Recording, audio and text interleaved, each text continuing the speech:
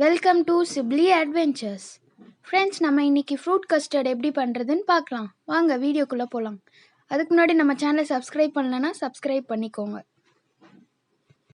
Fruits பிடிக்காத யாராக இருந்தாலும் இந்த மாதிரி ரெசிபி செஞ்சு சாப்பிட்டிங்கன்னா கண்டிப்பாக உங்களுக்கு ஃப்ரூட்ஸ் ரொம்ப பிடிக்கும். பாயில் பண்ண மில்க் எடுத்துக்கோங்க. 5 spoon sugar, 3 spoon custard powder, டாப்பிங்ஸ்க்காக ட்ரை கிரேப்ஸ் கொஞ்சம். நான் பொமக்ரானட்டும் ஆப்பிளும் எடுத்திருக்கேன். உங்களுக்கு பிடிச்ச ஃப்ரூட்ஸ் நீங்கள் எடுத்துக்கலாம். ஒரு பேன் எடுத்துக்கோங்க. அந்த பேனில் பாயில் பண்ண 1/2 லிட்டர் மில்கை போர் பண்ணிக்கோங்க. கொஞ்சம் கொஞ்சமாக போர் பண்ணி அதை நல்லா கலந்து விடுங்க. கேஸை சிம்லேயே வச்சு அதை நல்லா மிக்ஸ் பண்ணுங்கள்.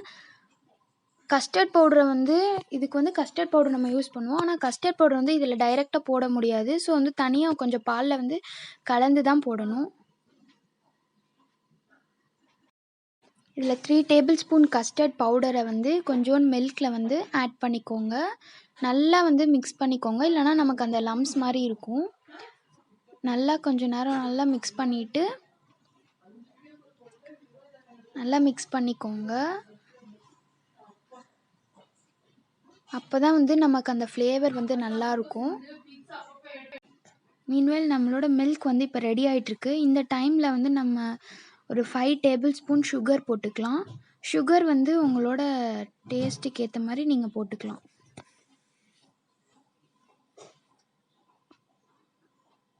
அப்புறம் நல்லா அதை மிக்ஸ் பண்ணிக்கோங்க. இதில் வேணும்னா நீங்கள் க்ரீம் கூட, ஃப்ரெஷ் க்ரீம் கூட ஆட் பண்ணிக்கலாம். 1 டேபிள் ஸ்பூன். நல்லா மிக்ஸ் பண்ணிவிட்டு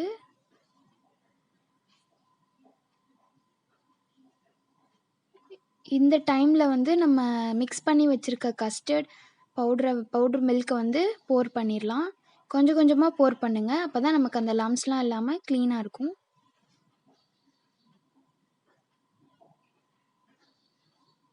போர் பண்ணோடனே நல்லா அதை மிக்ஸ் பண்ணிக்கோங்க. பாருங்கள், இந்த மாதிரி ஒரு திக் கன்சிஸ்டன்சிக்கு வந்திருக்கு. இதை ஸ்டவ்வை சிம்லேயே வச்சு இந்த மாதிரி நம்ம நல்லா மிக்ஸ் பண்ணிகிட்டே இருக்கணும். அப்புறம் இந்த டைமில் 1 டேபிள் ஸ்பூன் வெண்ணிலா எசன்ஸ் சேர்த்துக்கலாம். இது உங்ககிட்ட இருந்துச்சுன்னா நீங்கள் ஆட் பண்ணிக்கலாம், இல்லைனாலும் இட்ஸ் ஓகே. இது டேஸ்ட்டுக்காக தான், ஒன்றும் பிரச்சனை இல்லை. அது நல்லா மிக்ஸ் பண்ணிக்கோங்க. எந்த லம்ஸும் இல்லாமல் நல்லா அதை மிக்ஸ் பண்ணிக்கோங்க. நார்மலாக நமக்கு ஃப்ரூட்ஸ்னால் பிடிக்கவே பிடிக்காது. ஆனால் அது ஒரு ஐஸ்கிரீம்லேயோ இல்லை ஃப்ரூட் சாலட் மாதிரி செஞ்சு சாப்பிட்டா நமக்கு ரொம்ப பிடிக்கும். நான் எனக்கு பிடிச்ச ஃப்ரூட்ஸ்லாம் ஆட் பண்ண போகிறேன். உங்களுக்கு எந்த ஃப்ரூட்ஸ் பிடிக்குமோ நீங்கள் அந்த ஃப்ரூட்ஸ் எல்லாம் ஆட் பண்ணிக்கலாம்.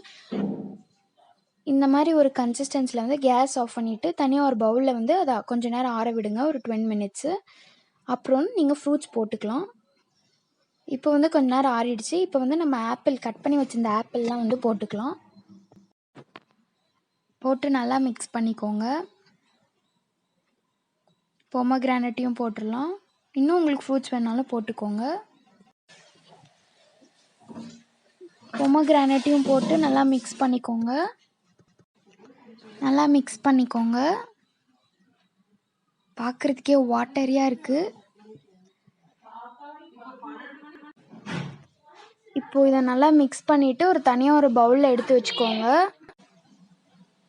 பவுலில் எடுத்து வச்சுட்டு அது மேலே கார்னிஷ் பண்ணுறதுக்காக கொஞ்சம் ட்ரை கிரேப்ஸும் செரீஸும் வச்சுருக்கேன். உங்களுக்கு வேணால் நீங்கள் ஆல்மண்ட் அந்த கேஷ்யூ எதுனாலும் வச்சுக்கலாம். அப்புறம் இதை 1 ஹவர் ரெஃப்ரிஜரேட்டரில் வச்சுட்டு அதுக்கப்புறம் நம்ம பார்க்கலாம். அவ்வளோதான், ரெடி ஆகிடுச்சு. இப்போ ஐஸ்கிரீம் வச்சு சர்வ் பண்ணிடலாம். அவ்வளோதான், நம்மளோட ஃப்ரூட் கஸ்டர்ட் ரெடி ஆகிடுச்சு. இதில் நம்ம எந்த ஐஸ்கிரீம் ஃப்ளேவர்னாலும் வச்சு சாப்பிட்லாம். ஃப்ரூட்ஸும் சாப்பிட்ட மாதிரி இருக்கும், ஐஸ்கிரீமும் சாப்பிட்ட மாதிரி இருக்கும். மறக்காமல் இந்த ரெசிபியை ட்ரை பண்ணிட்டு எப்படி இருக்குன்னு கமெண்ட்டில் சொல்லுங்கள். உங்களுக்கு இந்த ரெசிபி பிடிச்சிருந்துச்சுன்னா லைக் பண்ணுங்கள், ஷேர் பண்ணுங்கள், மறக்காமல் சப்ஸ்கிரைப் பண்ணுங்கள். தேங்க்யூ.